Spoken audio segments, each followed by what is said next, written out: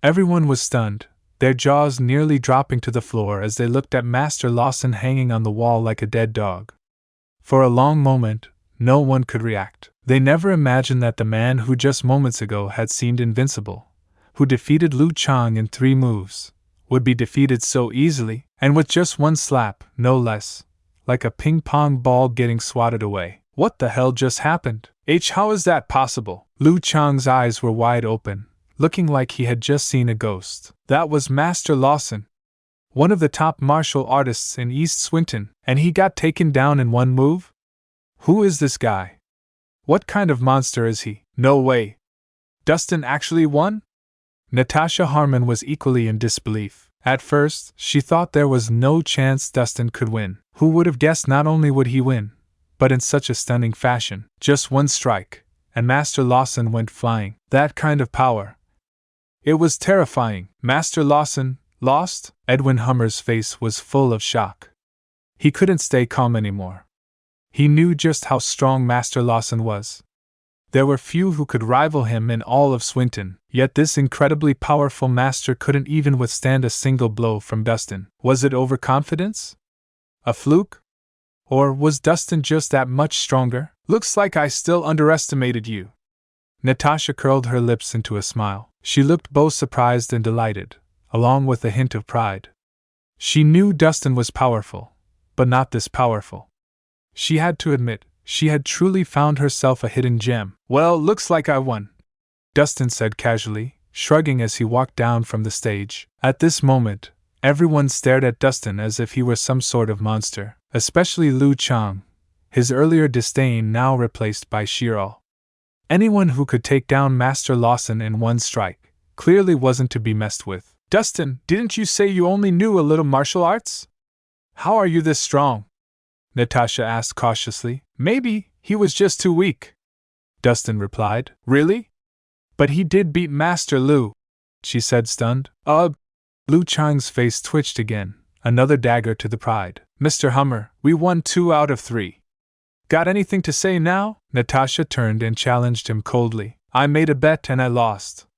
I have nothing more to say. Though his expression was ugly, Edwin still held his composure. Good. Then I guess we'll be taking our leave. Natasha smiled faintly and said no more.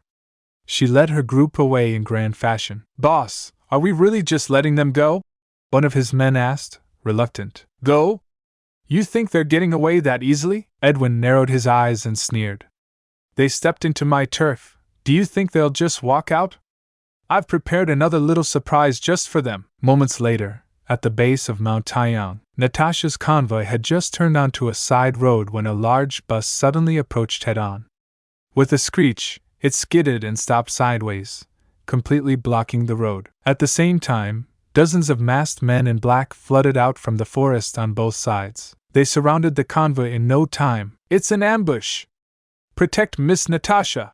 Someone from the Harmon family shouted. The Harmon guards quickly formed a protective barrier around Natasha's vehicle. Kill! The assassins charged in with no regard for their lives, slashing anyone they saw and smashing any car they reached. Edwin Hummer is so despicable! Setting up an ambush like this, how shameless!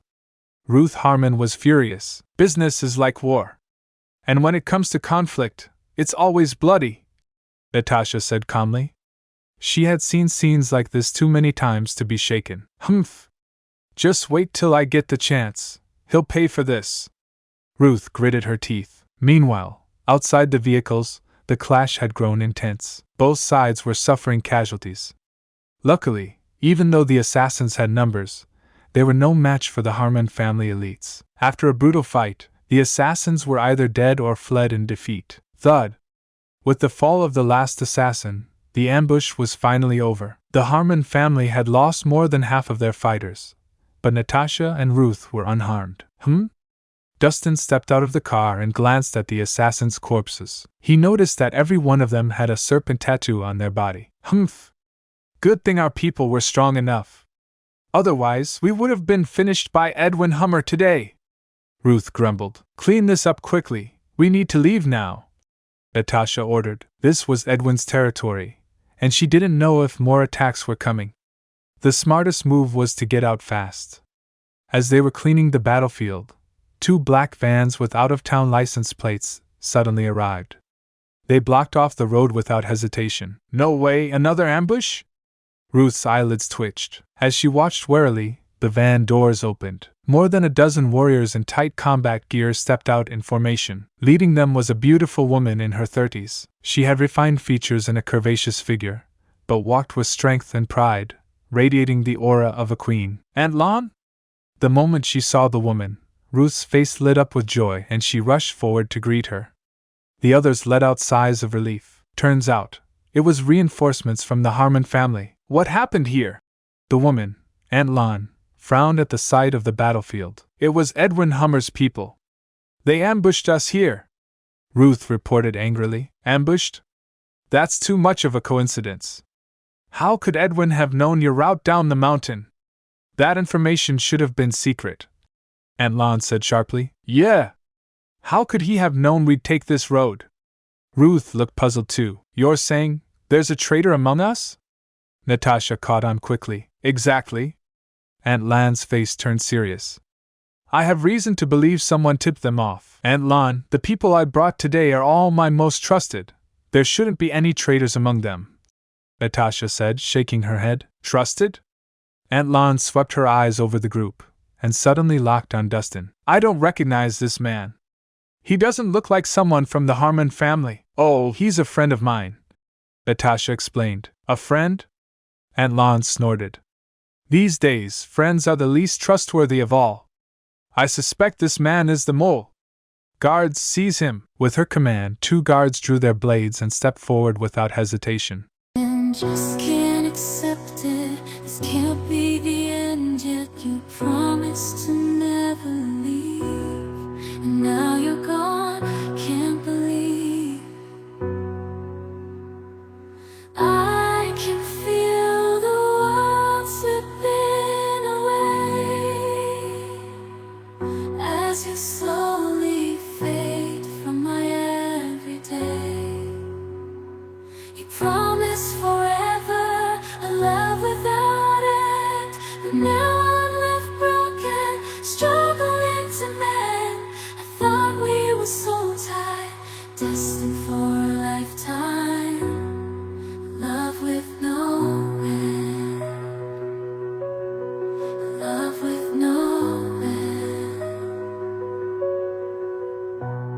Staying in my imagination, memorizing the past time, the secrets, the love, the care. Now they're echoes in the air.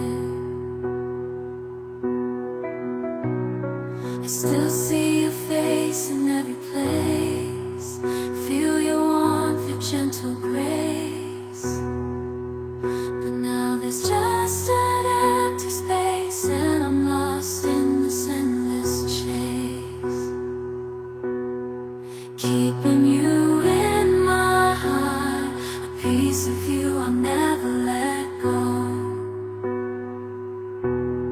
Though distance brings separation, in my heart you'll always glow. I just can't